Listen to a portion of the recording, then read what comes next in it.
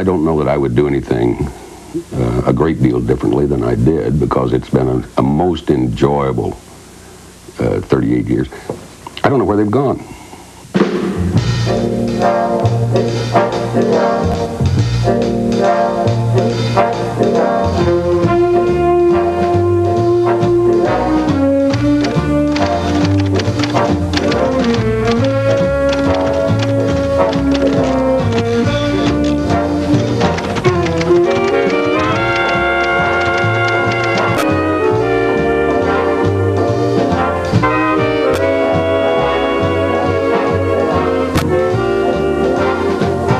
Carl Akers was one of the first television newscasters in the Denver area.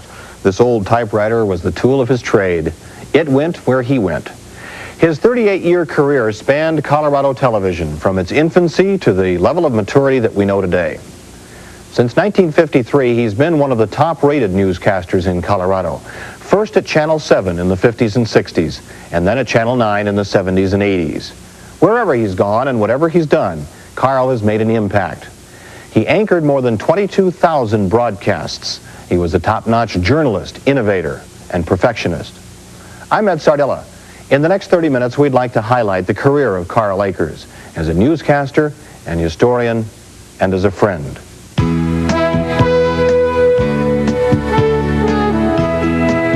Carl quietly tells Coloradans that he is a Texan, born in Denison 65 years ago. He was the oldest of 3 boys. They all grew up on a farm. Their father ran a grocery store, and their mother was a country school teacher. Carl credits her for instilling in each of her 3 sons a deep curiosity about everything and everybody. At age 20, he joined the Army and was sent to North Africa, then to Italy. When I went overseas, I had a high school education, and I fortunately was in a situation where I had access to a typewriter. I was always in a headquarters group. And I love to describe what I saw. After he left the Army, Carl's love of words took him to the University of Missouri, where he majored in journalism and got his start as a radio broadcaster. After graduation, he wrote 10 letters of application. One was to KLZ Radio in Denver, and his application ended up on top of the heap the day another man quit. Carl was hired sight unseen for $55 a week in June of 1948. His job was to anchor KLZ's top-rated 10 p.m. radio newscast. Jim Bennett was working at KLZ Radio then as a news writer. This new kid coming in, he wouldn't be able to keep up the ratings, but Carl started right out and built the ratings right away, and even in radio at that time. Jim and Carl established a close working relationship that was to carry over into television and into their personal lives. He's the kid. He's 2 weeks younger than I am. And I was the old man, see? Carl had a real knack for communicating on the radio. So in 1951, KLZ's management sent him to New York University to learn about this thing called television. More about that when we come back.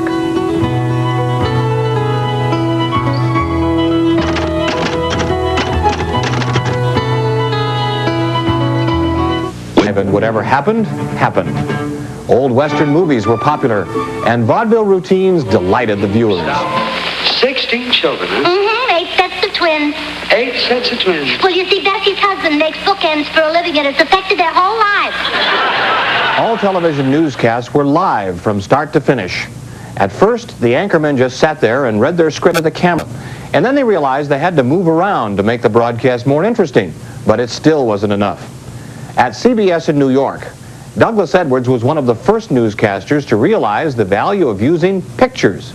And all right, in the same mood, we have some new pictures just received of Bonnie Prince Charlie, the future King of England. He's quite a growing boy now. Today he was... Carl was attending New York University at that time and spending every spare minute he had at CBS to learn about television.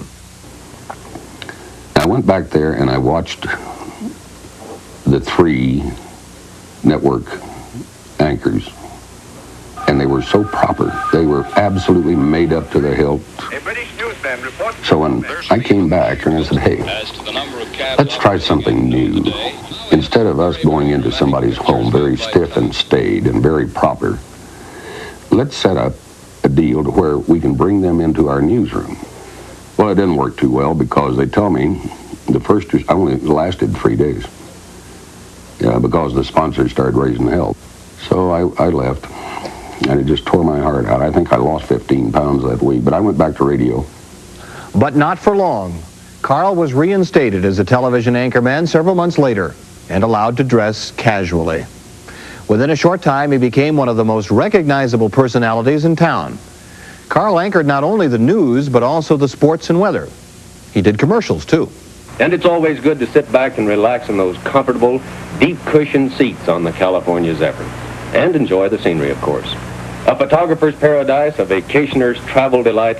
That's the luxurious Vistadome California Zephyr, America's finest transcontinental train.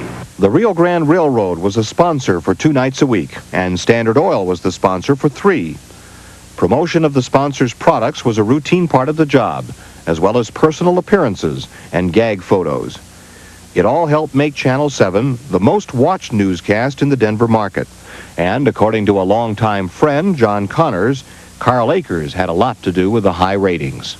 I was in the promotion department writing ads about Carl's audience, and it was always double the other stations combined. He'd have something like a 55 or 56% share of the audience on the 10 o'clock news at night.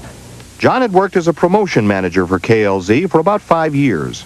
They needed a weekend sportscaster. He auditioned for the job and got it. But he said he needed some advice about working on television. I didn't know how So to he write. turned to Carl. So Carl sat down, and he was a good teacher. And he said, well, now, you can be on camera so long, and then you should be off with a picture or break for a commercial. In other words, he showed me how to structure a sportscast. Very little film remains of the early Colorado newscasts, and there's even less of the newscasters. But we did find a clip of Carl from the late 50s. He's talking about a controversial subject that we still debate today, whether or not news cameras should be allowed in the courtroom. Following Mr. Terry's editorial comment on the ban of courtroom photography, the Colorado State Supreme Court announced that it will hold a public hearing on Canon 35 on January 30th. If only one individual tuned in, that it was my responsibility to tell him, to the best of my ability, very simply, what the hell's going on. Whatever Carl and the rest of the Channel 7 news team did earned the respect of local television audiences. From 1954 to 1966, he was Denver's top-rated TV newscaster. Time life promo, Denver Civic Center, Akers. Scene 3, take 1. Ich rauchte nicht, denke nicht, Carl Akers, du bist verrückt. Ha, ha, ho, ho, ho.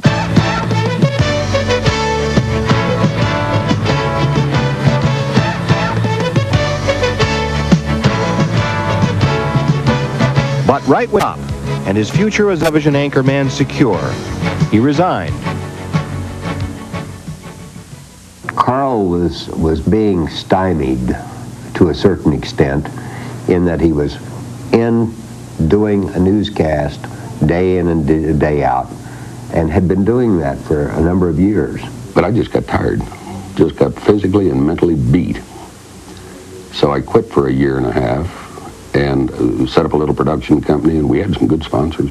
I hired Carl Akers at Channel 9, which was known then as KBTV. Al Flanagan was Channel 9's general manager. In 1968, the station was a badly beaten third in the news ratings. That's when Flanagan hired Carl to do a series of documentaries. We took bits and pieces of his half-hour programs and put them on as a mini-doc on our Friday night news. Friday night showed that he still had the drawing power. Well, it made a difference simply because the minute that Carl Akers decided to Channel 9, he made a statement that Channel 9 was committed to doing news. Cecil Walker is now the president and chief executive officer of Gannett Broadcasting. But for many years, he was part of the management team at Channel 9. He says people watched Carl because he was like the guy next door. He walks in front of the television camera and he communicates. And he's Carl Akers. He's not a different individual. Carl was soon anchoring the Channel 9 10 o'clock newscast, then the 5 o'clock newscast. And in a short time, he also took on the responsibilities as the news director of the station's radio and television operations. Ron Mitchell was hired by Carl in 1969. The newsroom was a lot different then. We only had 5 reporters in the television side at that time, and we occupied less than 3/4 of this side of this room. That whole side of the room was the radio station, and some of this side too. Carl worked hard to keep on top of everything. He calls that time the worst 9 years of his life.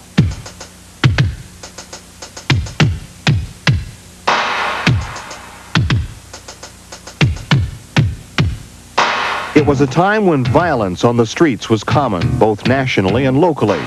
In the late 60s and early 70s, there were demonstrations and riots, the oil crisis and Watergate hearings. Television news brought it all home for the first time. Everybody had a cause, and everybody was venting their spleen on television because we were visible. In Denver in 1969, Hispanic students rioted at West High School over a racial issue, and Channel 9 photographers and reporters were there to cover it. He just preached and preached about how important it was not, if you went to a situation that could be volatile, to be sure to just tell the facts, to not get excited, to not unnecessarily excite people over something. The turbulent times calmed down and changed, and so did Carl.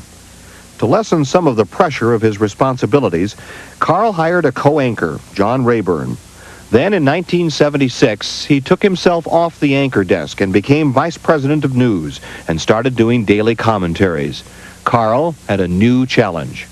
Carl Akers, the commentator, was a lot of fun because he was able to remove himself from the requirement to present a balanced newscast and just say what he thought. The state legislature has cost us a lot more than that for a lot less. I've been accused of being irreverent, irrelevant, even corny at times, but it was all planned. So in the end, all this much ado about something will turn out to have been much ado about nothing.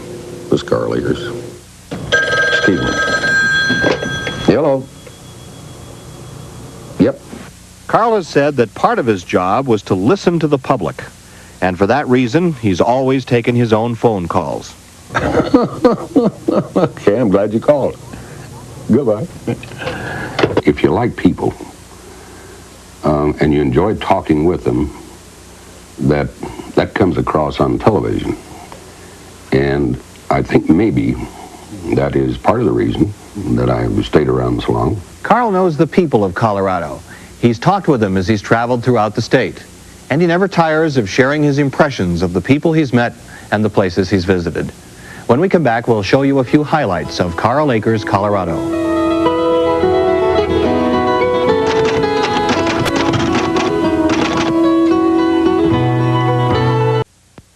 I just fell in love with the state. It was, I just never wanted to leave it. And I haven't. And I don't intend to. Ever since 1948, when Carl arrived in Colorado, he's been fascinated by his adopted state and everyone and everything in it. But of all the places he's visited, the old mining camps hold a special fascination.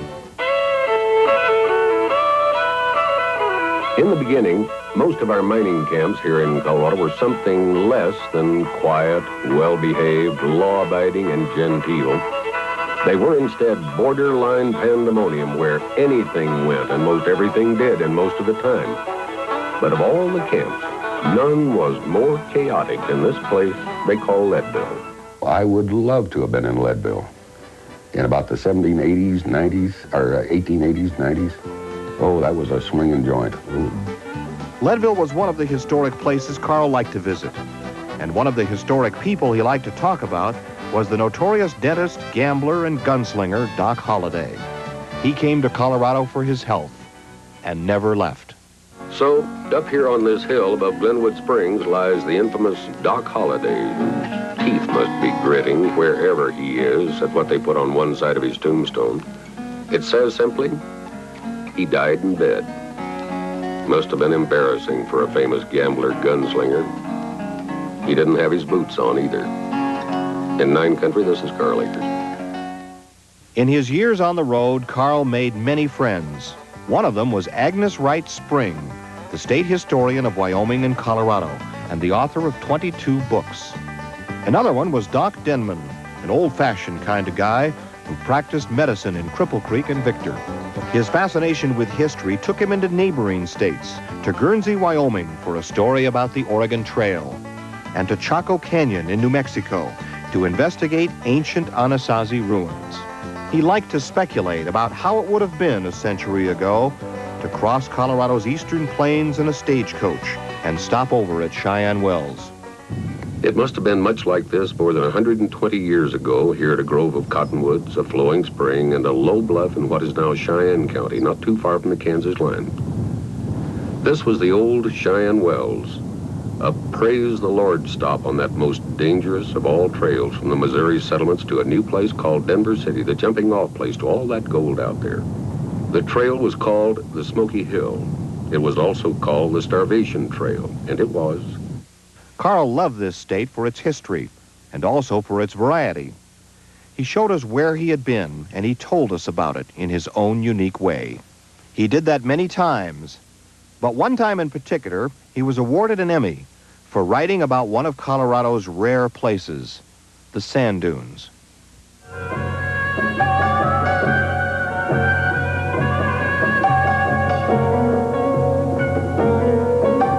With just a little imagination, there could be a long, plodding caravan of complaining, quarrelsome camels heading toward the markets of ancient Baghdad, or maybe Lawrence leading his Arab legion toward Aqaba, or maybe even the ghost of Rudolph Valentino riding away with his beautiful captive to a desert oasis, as the cameras were.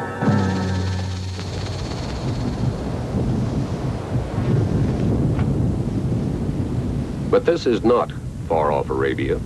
This is Colorado, the great Sand Dunes National Monument piled up at the base of the towering Sangre de Cristo Mountains in the San Luis Valley. There is no place quite like it, and it's right here in our own backyard.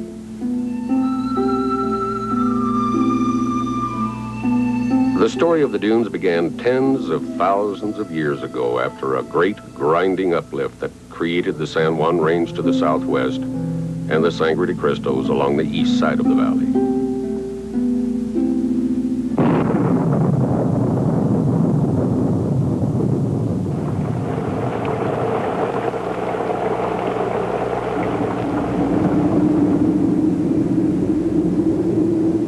Then came the enemies of mountains, rain and snow and wind and glaciers that chewed big rocks into little rocks and little rocks into grains of sand and spread them over the flat valley floor.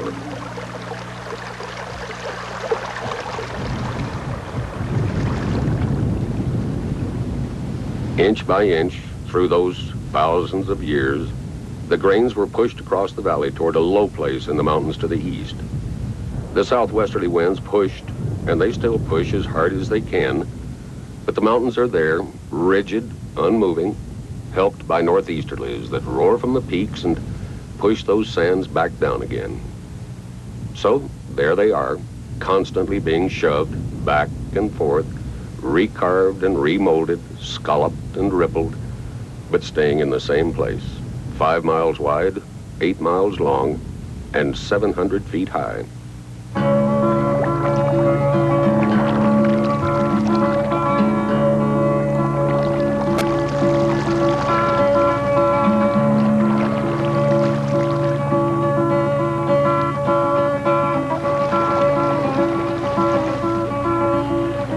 When the spring sun begins to warm and the snows begin to melt upon the passes, Medano Creek comes to life again.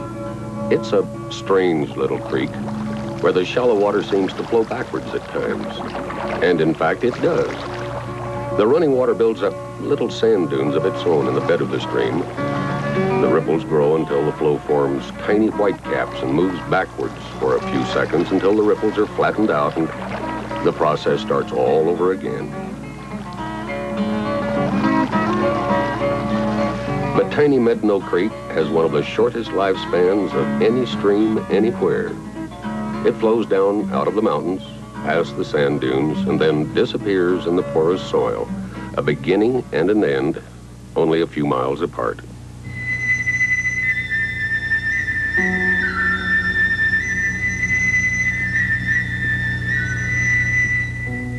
If Medano Creek has a short life, so do the grasses and the shrubs and even the trees that cling to life along the edge of the moving sands. Eventually, they are slowly covered and smothered, and then later reappear as gaunt ghosts as the sands move back again.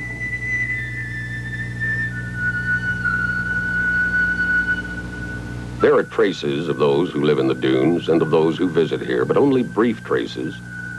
Those jealous winds, like an envious housekeeper, quickly sweep the sands smooth again, brushing away any hint of an intruder, any hint of who or what was.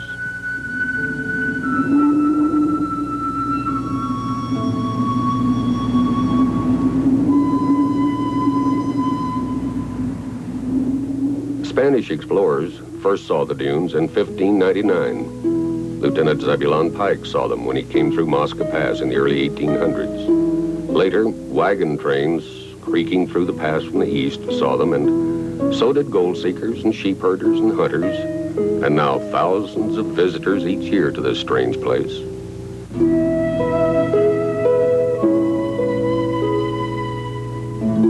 And it is a strange place, some say mysterious, an eerie sort of place when those never-ceasing winds sometimes whisper in soft, muted voice to the dunes, and sometimes angry and shrill.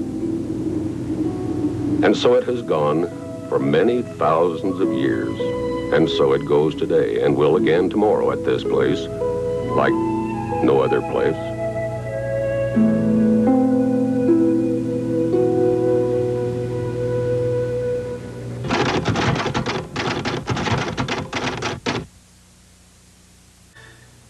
DOS, and it's on the hard disk. And we brought up the menu, I guess, or the directory, and came out that we still had about 10 million bytes left. And now Carl is talking computers. It's a new challenge, another beginning. It has been difficult for him, but Carl has always managed to change with the times. During his career, he has left vivid impressions on management and on his co-workers. They said he was bullheaded, which he was, and they said he always liked to do things his own way, which he did. But they respect Carl as a man, and they admire his talent. He's left a very definite mark among other broadcasters, because the one thing they all recognize is that he could walk through that television tube, that television set, into someone's home. And I've heard some of the best of broadcasters, including our own Ed Sardella, make that they really respected the way that he could communicate. Carl had the combination of being able to write, 1, and 2, being able to read, and 3, having the right voice. And I've never heard Carl Akers ever read a bad line, even if it were written by somebody other than him. He could cut across all of the folderol, get right to the point, and tell what was really important. And then he would add to that with the raising of an eyebrow or a little smirky smile, so that he just really emphasized the point. But he's a great writer. Carl writes everything, and he writes with an economy of words. He writes crisply and tersely. And Carl can say more in 25 words than the wire services can say in 50 or 60, if you know what I mean. He has a little bit of performer in him. When you turn the camera on, he's just the same as when you talk to him in person. There's no doubt about that. But there is a bit of showmanship there, a little extra something that comes through. So, after working in Denver television for so many years, Carl is finally getting the chance to do exactly what he wants to do. And along comes someone to spoil it. I was down in San Diego here, a couple of 3 weeks ago. And there I was sitting on a bench out on Shelter Island watching the Navy ships go past. And some old duffer came along and sat down next to me. And he says, "This is a good place for senior citizens." Well, it hit me right between the eyes. Carl will be missed at Channel 9, on the air, and as a friend. He taught us about journalism, about television, and about communicating. He showed us it's okay to laugh and when to be tough. He gave us challenges to meet and encouragement to do our jobs well. We wish him our very best, and we hope he'll come back and visit us often. But as usual, he has his own ideas about what he's going to do next. I want to do some writing, and I want to do some writing, first of all, for me, with no idea of anybody ever reading it, except me. I want to reminisce. I want to reminisce about growing up in the country during the Depression down in Texas, and being poor and not even knowing that we were poor, except we didn't have any money. Some of the lighter side of some of the things. I don't mean for it to be serious at all. I just want to sit down and let my thoughts go right into that keyboard.